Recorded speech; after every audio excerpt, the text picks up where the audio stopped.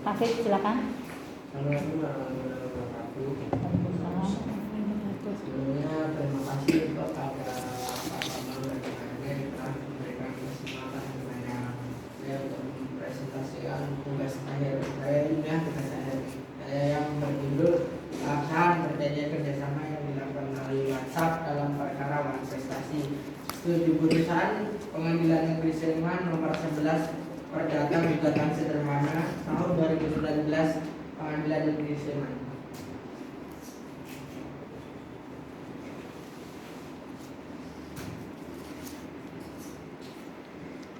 Rumusan latar belakang saya menulis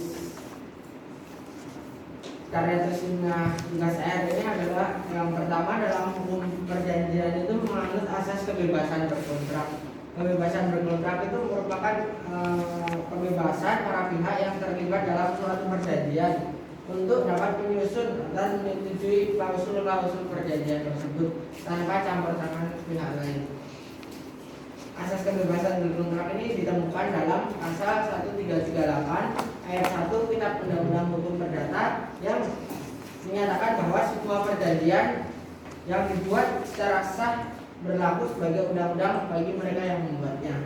Kemudian yang kedua, perjanjian dapat dilakukan secara tertulis maupun non kontraktual. Dalam arti lisan, perjanjian tertulis adalah perjanjian yang dibuat oleh para pihak dalam bentuk lisan atau kontrak. Perjanjian non kontraktual merupakan suatu perjanjian yang dibuat oleh para pihak dalam wujud lisan.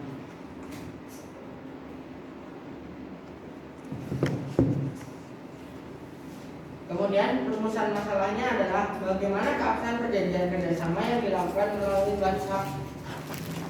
Yang kedua, mengapa perjanjian yang dilakukan melalui WhatsApp dapat dianggap sah menurut hukum.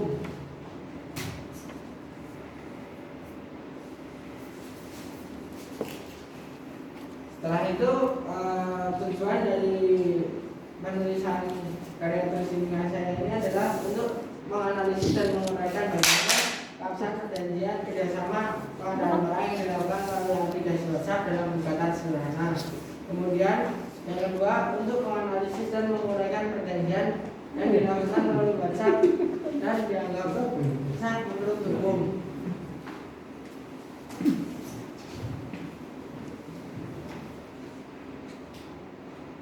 Kemudian selanjutnya tinjauan umum terhadap perbuatan melawan hukum dan prestasi. Sebelumnya saya akan menjelaskan terlebih dahulu sejarah Kitab Undang-Undang Hukum Perdata di Indonesia.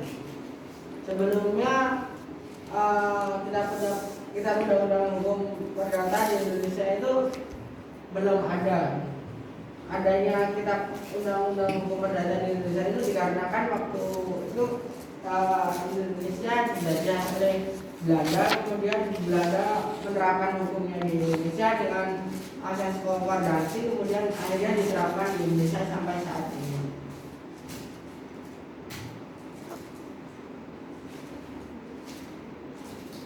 Kemudian perbuatan hukum, perbuatan melawan hukum. Berdasarkan ketentuan dalam pasal 1365 Kitab Undang-Undang Hukum Perdata, suatu perbuatan melawan hukum haruslah memenuhi unsur-unsur, antara lain adanya suatu perbuatan tersebut melawan hukum, adanya kesalahan dari pihak pelaku, adanya kerugian dari korban, adanya hubungan klausula antara perbuatan dengan kerugian. Yang kemudian ruang lingkup bahan prestasi adalah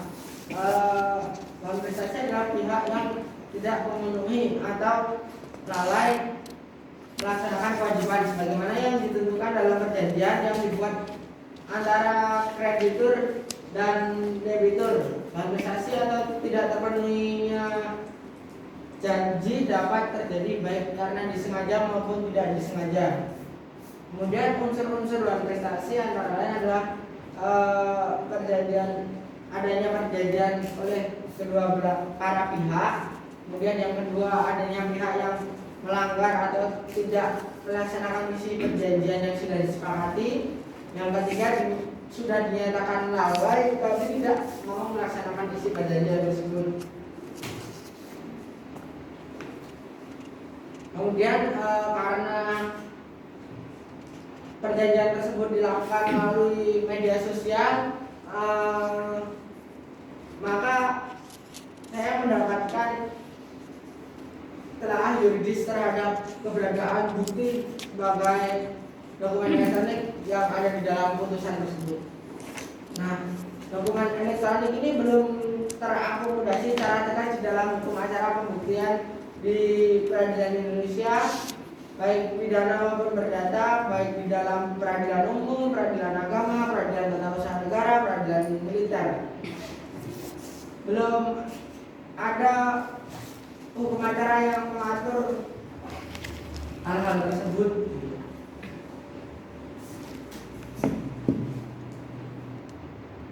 Kemudian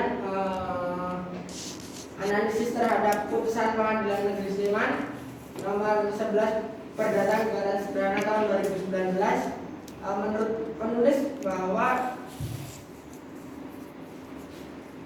perjanjian di dalam perjanjian yang dilakukan melalui WhatsApp tersebut adalah sah karena telah memenuhi syarat-syarat sah perjanjian, yaitu cakap, sepakat, hal tertentu, dan sebab yang halal. Kemudian, namun menurut penulis di sini ada yang kurang tepat karena alat bukti kesepakatan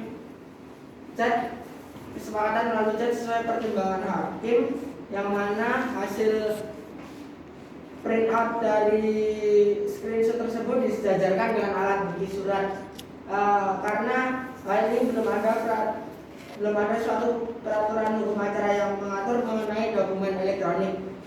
Dengan demikian, norma-norma hukum tersebut dapat dilengkapi atau dianalogikan demikian apabila telah ada peraturan hukumnya, tetapi tidak langsung mengatur. Ya, waktunya Riz. Silakan duduk. Ya. Tanggung satu lagi, ya udah nggak apa-apa. 1 menit. Baik. Kesimpulannya, perjanjian itu sah menurut undang-undang. Namun bukti perjanjiannya itu kurang memiliki kekuatan hukum. Alangkah lebih baiknya dibuat dalam yang berkontrak atau didaftarkan melalui notaris. Baik, kemudian presentasi dari saya. Apabila ada kelebihan itu dari Tuhan, apabila ada kekurangan saya mohon maaf. Assalamualaikum warahmatullahi wabarakatuh. Ya, untuk kepada penguji waktu dan tempat saya persilakan. Berapa menit? 15 menit, Pak. Apes, kamu tertarik ini kenapa, Apes? Saya tertarik ini karena saat ini banyak sekali, Pak, perjanjian kontrak yang dilakukan secara elektronik, namun hukum kita belum mengatur hal-hal tersebut gitu loh, Pak. Maka dari itu saya tertarik untuk mengangkat dokumen elektronik ini. Anda pernah baca ada TA atau skripsi atau jurnal terkait dengan mirip-mirip kasusmu ini? Belum pernah, Pak, namun kalau buku ada. Oh, buku ada. Apa Ya. namanya? Dokumen elektronik. Karangan alumni Alvin juga, Pak. Ingat ceritanya buku itu? Cerita bukunya. Jadi di situ mentelaah bagaimana perjanjian kayak misalnya di e-commerce gitu, di Tokopedia, KAI, terus di Tokopedia, KAI, Shopee, dan lain-lain yang e-commerce gitu, Pak. Itu kan di situ ada syarat dan ketentuan yang berlaku, yang dimana kita hanya mencentang gitu saja, kita tunduk pada syarat dan ketentuannya dari Tokopedia gitu misalnya. Nah itu kan belum ada ketentuan yang mengatur gitu Pak. Jadi itu kan nggak bisa diajukan sebagai alat bukti. Alat bukti. Bisa, tapi kurang memiliki kekuatan hukum yang sempurna. Terus dalam masalah ini apa yang muncul di benak Anda setelah membaca literatur, membuat ini, di kepalamu itu apa yang ada? Setelah membaca literatur dan menulis karya tulis ilmiah ini, menurut yang muncul di pikiran saya adalah bagaimana ke depan peraturan di Indonesia itu dapat mengatur, dapat mengimbangi kemajuan teknologi yang sedemikian cepat ini, Pak. Satu lagi,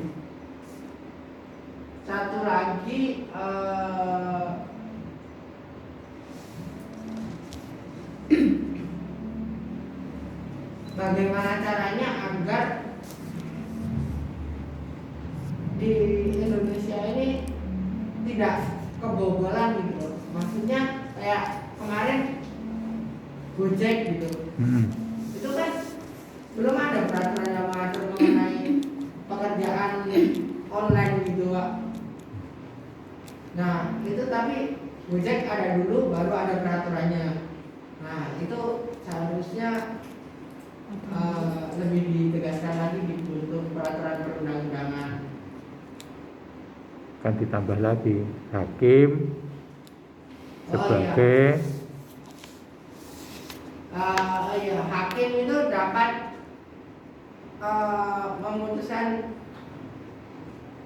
perjanjian ini adalah sah dan mengabulkan sebagian dari gugatan penggugat karena hakim memiliki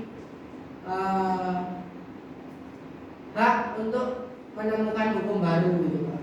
Jadi apabila belum ada peraturan hukum yang mengaturnya, maka hakim dapat menemukan hukum baru, menggunakan analogi untuk menemukan hukum baru, sehingga ke depan akan menjadi jurisprudensi. apakah di dalam putusan ini menyangkut undang-undang elektronik? Di dalam putusan ini sebenarnya menyangkut undang-undang elektronik Pak, terkait dalam alat bukti itu tadi. Namun dalam pertimbangan hakim di putusan tersebut tidak ada pertimbangan undang-undang elektronik, tidak ada. Nah, terakhir saya tanya, coba kritisi putusan hakim tadi itu gimana? Hakim kurang teliti dalam memberikan pertimbangan, terus dalam membaca bukti-bukti surat. Soalnya kan lah prinsip kok disamakan dengan bukti surat gitu. Udah kamu tulis belum di sini? Sudah Pak, di bab 3. Kalau hakim Bab 3.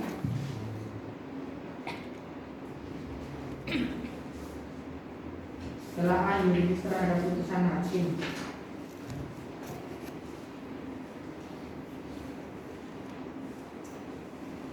Halaman 40 Pak. masih berapa menit? Masih lama Pak. Lama.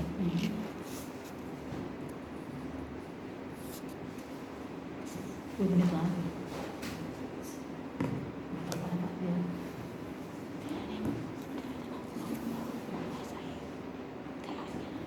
Siapa?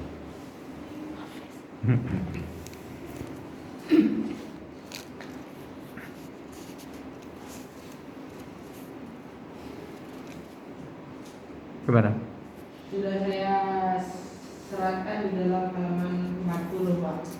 Bab 3 halaman. Coba dibaca.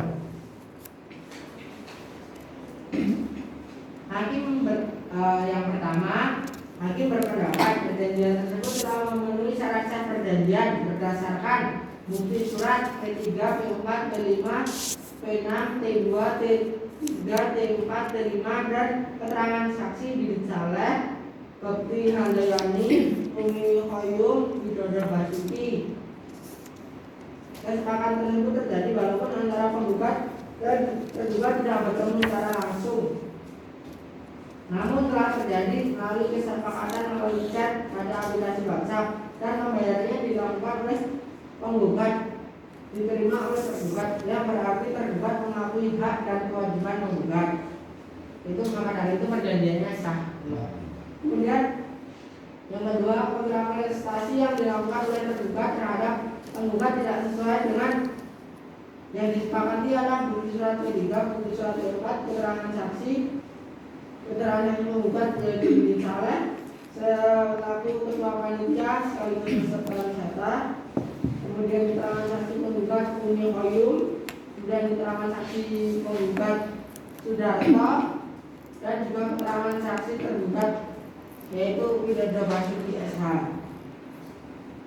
Kemudian yang ketiga, alat bukti kesepakatan melalui chat sesuai pertimbangan hakim di atas, yang mana hasil cetakan printout screenshot tersebut disejajarkan dengan bukti surat.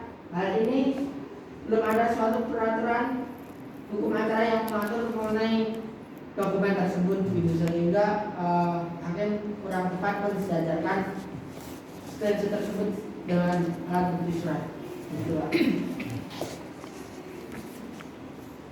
Kalau ini kan tulisan ini masalah sesuatu yang baru ya. Harapannya apa dengan Anda mengadakan riset seperti ini nih?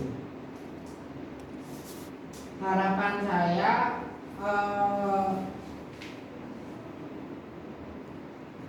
regulasi terkait dengan dokumen-dokumen yang akan didigitalisasi itu ada dan jelas terlebih dahulu, gitu Pak. Jangan kayak KTP, EKTP gitu. EKTP kan regulasinya itu kan termasuk dokumen elektronik juga Pak, berarti kan. Regulasinya belum ada, tapi EKTP-nya udah ada. Itu kan kurang tepat juga. Akhirnya kan tidak ada hal yang dapat dirasakan oleh masyarakat gitu. Terus kepengurusannya juga dalam dokumen-dokumen elektronik, ketika mengurus apa-apa gitu di instansi pemerintahan yang ditanyakan selalu bukti fisik, padahal udah ada elektronik gitu. Harapannya semuanya agar disejajarkan gitu Pak, berjalan bersama. Oke, terima kasih Bu. Ada satu pertanyaan lagi. Iya, terima kasih Pak Bambang. Untuk siapa namanya, Hafiz Nur Ekwanto, kamu pengumpulan datanya seperti apa dalam hal ini? Saya pakai juridis deskriptif, jadi membaca dari peraturan perundang-undangan, membaca dari buku-buku ilmiah hukum, kemudian dari putusan. Selain itu nggak ada yang wawancara atau apa, tidak ada? Tidak. Oke, baik. Terima kasih Hafid. Tunggu di luar aja. Tunggu di luar aja. Ya. Terima kasih untuk peserta ujian tahap tugas akhir. Untuk di luar sebentar karena kita mau closing. Nanti jangan pulang dulu ya, karena nanti ada yudisiumnya.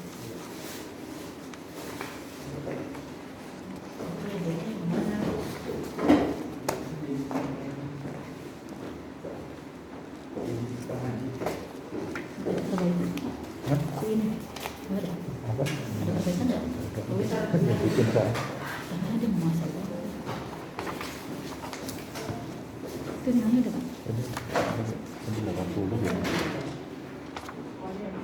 Ya, ini 80.